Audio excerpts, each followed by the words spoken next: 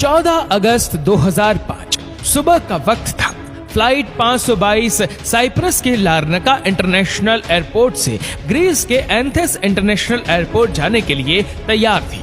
सुबह के करीब 9:07 पर फ्लाइट ने उड़ान भरी।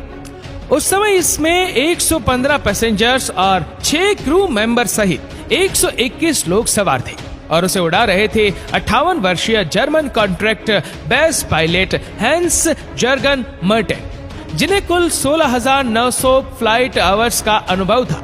वहीं इनके ठीक पास में एक और पायलट मौजूद थे जो प्लेन का कमान संभाल रहे थे।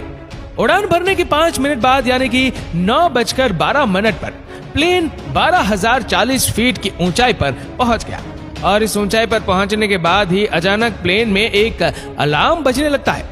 जब इस अलार्म की जांच की गई तो पता चला कि ये take off configuration warning alarm था, जिसे देखने के बाद दोनों पायलट हैरान हो गए और वह इसलिए क्योंकि take off configuration warning alarm तब बजता है जब प्लेन ग्राउंड पर होता है और उड़ान भरने के लिए तैयार नहीं होता।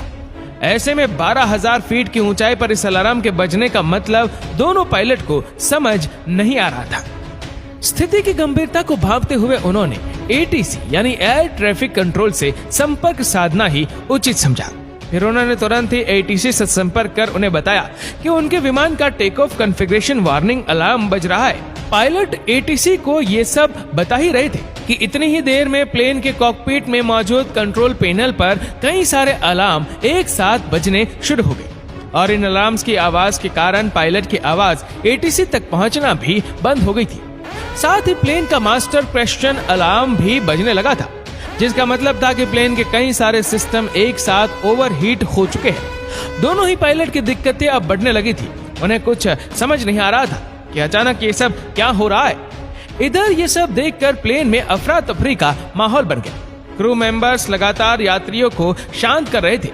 सभी पैसेंजर्स को सांस लेने में काफी ज्यादा दिक्कत आ रही थी, इसलिए उनके ऑक्सीजन मास्क अपने आप ही नीचे आ गए। दरअसल जब प्लेन में ऑक्सीजन का लेवल कम होता है तब ऑक्सीजन मास्क अपने आप ही नीचे आ जाते हैं। इस दौरान प्लेन लगभग 18,000 फीट की ऊंचाई पर था। पायलट बार बार एटीसी से संपर्क कर उन्हें अपनी समस्या बताने का प्रयास कर रहे थे, लेकिन उनकी बात एटीसी तक पहुंच नहीं पा रही थी और कुछ ही देर में प्लेन का एटीसी से कनेक्शन भी पूरी तरह टूट गया। इसके बाद भी एटीसी ने बार बार फ्लाइट से संपर्क साधने की कोशिश की, लेकिन उन्हें कोई उत्तर नहीं मिला। प्लेन अब लगातार ऊपर की ओर बढ़ता जा रहा था। आमतौर पर इस रूट पर फ्लाइट को लगभग 1 घंटे और 45 मिनट का समय लगता है, यानी करीब 10:45 पर इस प्लेन को एथेंस एयरपोर्ट पर पहुंचना था। 9:23 पर प्लेन 34,000 फीट की ऊंचाई पर पहुंच चुका था। इसके बाद 9:37 पर यह प्लेन एथेंस के फ्लाइट इंफॉर्मेशन रीजन में पहुंच गया। 10:12 से 10:50 तक एथेंस एटीसी यानी एथेंस एयर ट्रैफिक कंट्रोल की टीम रेडियो कॉल्स के जरिए इस प्लेन से संपर्क साधने की कोशिश करती रही, लेकिन उन्हें कोई जवाब नहीं मिला। अब 10:45 हो चुके थे और इस समय प्लेन को एथेंस इंटरनेशनल एयरपोर्ट पर लैंड करना था, लेकिन प्लेन का अभी तक कुछ अता पता नहीं था। कुछ अनहोनी की आशंका के चलते ग्रीस अधिकारियों ने तुरंत ही अपने 2 सबसे बढ़िया F-60 फाइटर जेट को इस प्लेन को ढूंढने के लिए भेजा। कुछ ही देर में इन फाइटर जेट ने इसे ढूंढ लिया। उनमें से एक फाइटर जेट उड़ते उड़ते इस विमान के बहुत करीब आ गया था, ये देखने के लिए कि इस विमान के अंदर आखिर चल क्या रहा है। तो इस फाइटर जेट पायलट ने देखा कि प्लेन के अंदर को पायलट के सीट पर कोई बैठा हुआ है। वही मेन पायलट अपनी सीट पर सिर नीचे करके बेसुध हालत में पड़ा हुआ है। फिर ये फाइटर जेट पीछे गया और अब उसने पीछे वाली खिड़की से प्लेन के अंदर के हालत का जायजा लिया। लेकिन फाइटर जेट के पायलट के लिए हैरानी की बात तो ये थी कि अपने बराबर में 2 फाइटर जेट के उड़ने के बावजूद किसी भी पैसेंजर से मुड़कर उनकी तरफ नहीं देखा। किसी भी पैसेंजर्स की तरफ से उन्हें कोई भी रिएक्शन नहीं मिला।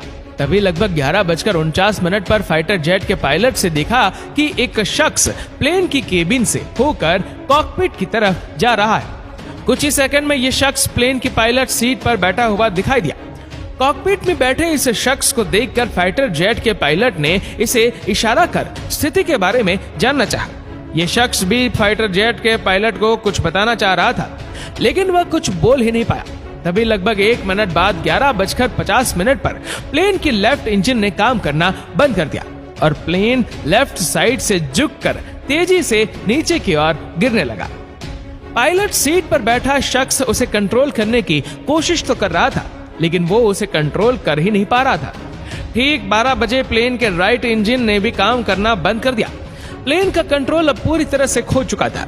12:04 पर प्लेन अधेन से लगभग 40 किलोमीटर दूर पहाड़ियों में जाकर क्रैश हो गया और उसके क्रैश होने के साथ ही इसमें सवार क्रू मेंबर समेत सभी 121 लोगों की मौत हो गई। दोस्तों, एक बार महसूस कीजिए उस पल को जब 121 यात्रियों से भरा ये प्लेन पहाड़ से टकराया होगा तो क्या गुजरी होगी उन फाइटर जेट के पायलट पर, जिन्होंने लोगों को अपनी आंखों के सामने जाते हुए देखा होगा और वह इनके लिए कुछ भी नहीं कर पाए होंगे। दोस्तों, इसके बाद फ्लाइट 522 के क्रैश होने की खबर सभी जगह आग की तरह फैल गई। तुरंत रेस्क्यू ऑपरेशन चला गया। सभी 121 लोगों की डेड बॉडी को एक एक करके ढूंढकर बाहर निकाला जाने लगा। लेकिन जब हादसे में मिली कुछ लोगों की डेड बॉडी की ऑटोप्सी की गई तो एक चौंका देने वाली बात सामने निकल कर आई। दरअसल जहाज में मौजूद ज्यादातर सभी लोग और पायलट प्लेन क्रैश होने से पहले ही मर चुके थे। तो अब यहाँ सबसे पहला सवाल ये था कि जब पायलट प्लेन के क्रैश होने से पहले ही मर चुके थे तो लगभग 2 घंटे तक प्लेन का कंट्रोल किसके पास था? तो दोस्तों, हमने वीडियो की शुरुआत में एक व्यक्ति का जिक्र किया था, फ्लाइट अटेंडेंट एंड्रियान स्पोड्रोमो। जी हाँ, जो एंड्रियान स्पोड्रोमो ही थे जिन्होंने अभी तक इस जहाज को संभाले रखा था, क्योंकि अंत में उन्हीं की आवाज एटीसी को सुनाई दी थी। एंड्रियास ने करीब 5 बार मेडे मेडे कहकर मदद की गुहार लगाई थी। एंड्रियान्स के पास यूके कमर्शियल पायलट का लाइसेंस तो था, लेकिन उन्हें इतना एक्सपीरियंस नहीं था कि वह बोइंग 737 जैसे प्लेन को कंट्रोल कर सके। लेकिन इसके बावजूद वो विमान को घनी आबादी के क्षेत्र से दूर ले जाने में कामयाब रहे। जब एक्सपर्ट्स ने इस घटना के पीछे की वजह जानने के लिए जांच शुरू की तो उसमें सामने आया कि जब प्लेन लेफ्ट साइड में झुक गया था तो इसके कारण ये था कि प्लेन के लेफ्ट इंजन फ्यूल खत्म हो गया था, लेकिन अभी भी इस हादसे की जड़ तक पहुंचा जाना बाकी था। तभी अचानक एक इन्वेस्टिंग ऑफिसर की नजर कंट्रोल पैनल के एक बटन पर पड़ी और यह बटन था प्लेन के प्रेशर को सेट करने का। इस बटन को देखते ही उस ऑफिसर को पूरी कहानी समझ में आ गई। आपकी जानकारी के लिए बता दें कि प्रेशराइज बटन पूरे जहाज में एयर का प्रेशर कंट्रोल करता है। जनरली जहाज के बाहर लगे इंजन बाहर की हवा को थोड़ा थोड़ा करके अंदर भी भेजते रहते हैं ताकि विमान के अंदर बैठे लोगों को ऑक्सीजन मिल सके। आमतौर पर इस प्रेशराइज बटन को ऑटोमेटिक मोड पर ही रखा जाता है और अगर कभी इसे मैनुअल मोड पर किया भी जाए तो कैप्टन और को पायलट को इसका ध्यान रखना पड़ता है। अब हादसे की जड़ तक पहुंचने के लिए हम आपको घटना से एक दिन पहले ले चलते हैं। जब बोइंग 737 का जहाज अपनी रूटीन सर्विस पर गया हुआ था, वहां इसको अच्छे से चेक करके इसकी सर्विस की गई और वहीं इसकी जांच करने वाले लोगों ने इसे मैनुअल मोड पर करके इसे पायलट को सौंप दिया था। विमान के उड़ान भरने से पहले पायलट और को पायलट दोनों का इस ओर ध्यान नहीं गया था कि उनके प्लेन का मैनुअल मोड चालू ही रह गया है और उसके कारण जहाज में धीरे धीरे ऑक्सीजन की मात्रा घटने लगी थी, जिसके कारण विमान में बैठे सभी यात्रियों को बेचैनी होने लगी और जब कॉकपिट में बैठे पायलट्स को ये अलार्म सुनाई दिए तो उन्होंने इसके पीछे का कारण जानना शुरू किया। लेकिन एक बार भी उनका ध्यान इस ओर गया ही नहीं कि प्लेन का प्रेशराइज बटन ऑन ही रह गया था। अब इस वजह से कॉकपिट में भी ऑक्सीजन का लेवल घट गया था, जिसके कारण दोनों ही पायलट बेहोशी की हालत में जाने लगे थे। विमान के अंदर ऑक्सीजन मास्क तो सभी यात्रियों को मिल चुका था, लेकिन कॉकपिट में ऑक्सीजन मास्क अपने आप नीचे नहीं गिरते, जिस कारण से दोनों पायलट बेहोश हो गए।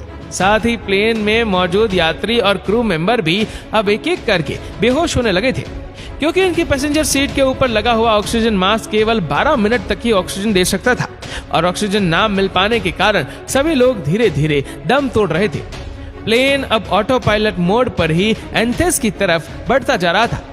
एक समय ऐसा आया जब प्लेन में मौजूद सभी सदस्यों ने दम तोड़ दिया, केवल एक जन को छोड़कर, और ये थे फ्लाइट अटेंडेंट एंड्रियास स्पोड्रोमो। अब आप भी यही सोच रहे होंगे कि आखिर एंड्रियान्स इतने लंबे समय तक कैसे जीवित रहे।